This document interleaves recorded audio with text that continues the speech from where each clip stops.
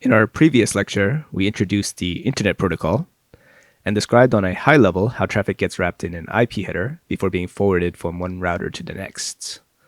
We relied on a major assumption that routers know how to efficiently decide which outgoing port to forward traffic on, such that we minimize the total end-to-end transmission time.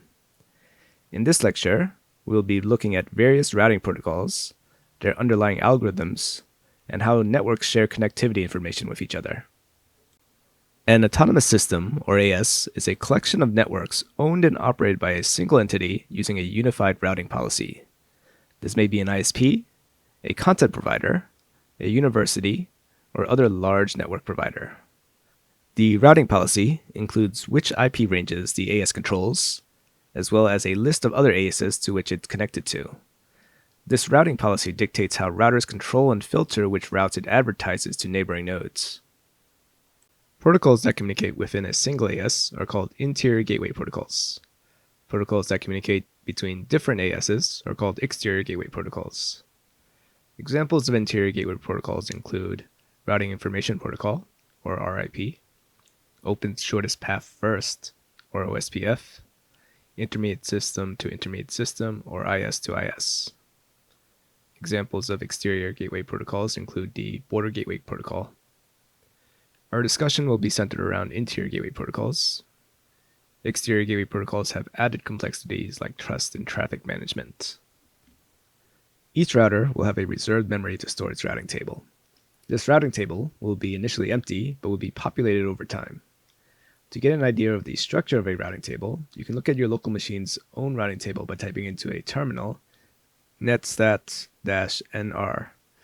This information displayed will likely only have a single external interface, 0.0.0.0/0, which directs all external traffic to your default gateway, typically your ISP.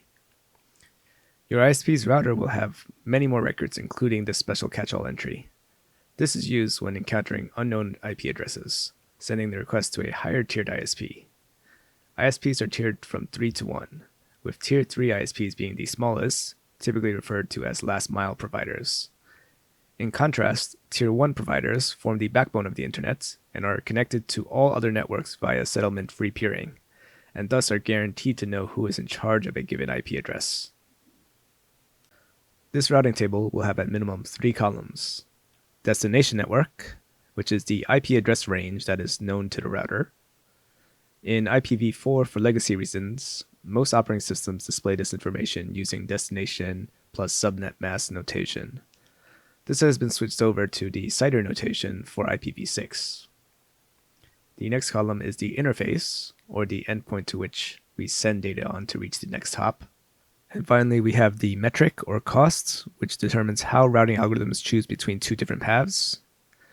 Inside of RIP, we use hop count. In OSPF, it's a dynamic calculation based off of the connection speed. And in IS to IS, each link has a default cost of 10, with the ability to manually adjust for specific connections.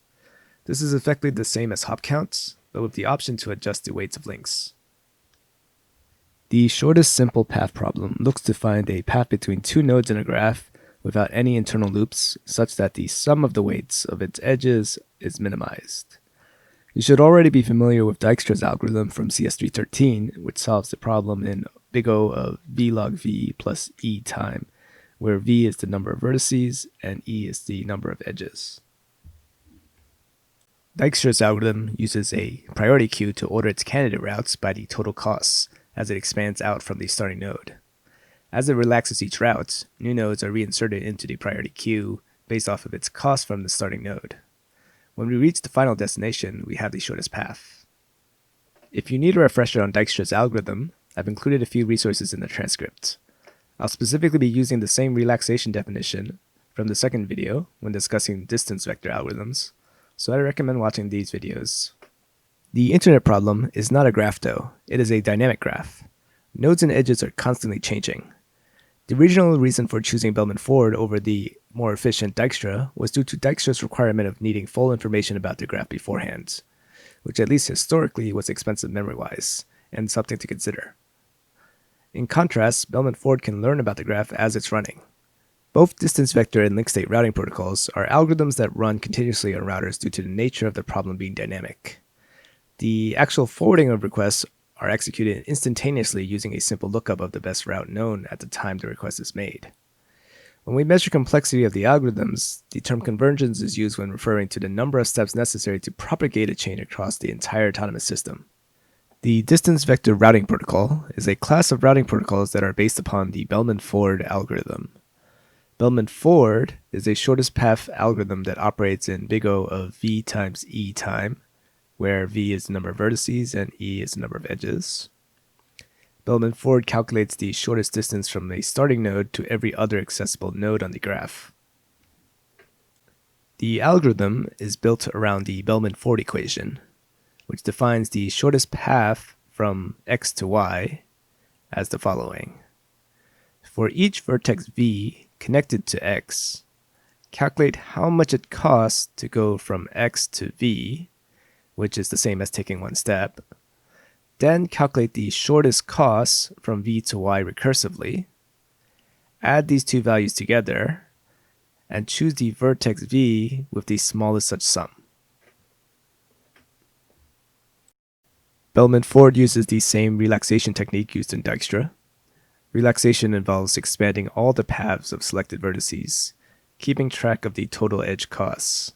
Bellman-Ford is an iterative approach that keeps track of the shortest path to each candidate node by checking to see if new routes reduce the total cost to reach a specific node. In this example going from S to E, we can relax vertex A to create a cheaper path from S to E via A with a total cost of 4. By relaxing both A and B, we can find the optimal path of 3. How does this differ from Dijkstra, and what makes Dijkstra more efficient? The main difference between the two algorithms is how they choose which vertex to process next. Bellman-Ford differs than Dijkstra in how it chooses to expand paths. In Dijkstra, we use the priority queue to relax only the vertex with the smallest costs. In Bellman-Ford, we expand every possible vertex. We stop this relaxation process after V-1 steps. Performing any more would guarantee a loop. We can prove this to ourselves by considering a linked list structure. This would require V-1 relaxations in order to get from S to E. If we needed to apply one more relaxation after that, that would mean that there would be a loop internally somewhere. In each of these iterations, the number of vertices with their shortest path cost correctly calculated grows, from which it follows that eventually all vertices will have their correct shortest path. This is useful for the internet model. Due to the scale of each AS and the number of networks under their control, we may not have the ability to process every possible path. Even if we don't get the absolute shortest path, with a few iterations we should have a close approximation of where the next hop should be. In the previous example, with only one relaxation pass, we optimized the path cost down from a cost of 5 to 4. If we immediately receive the request to go to E, we may not have the best possible path, but we can give a good enough answer back right away and continue to update our routing table.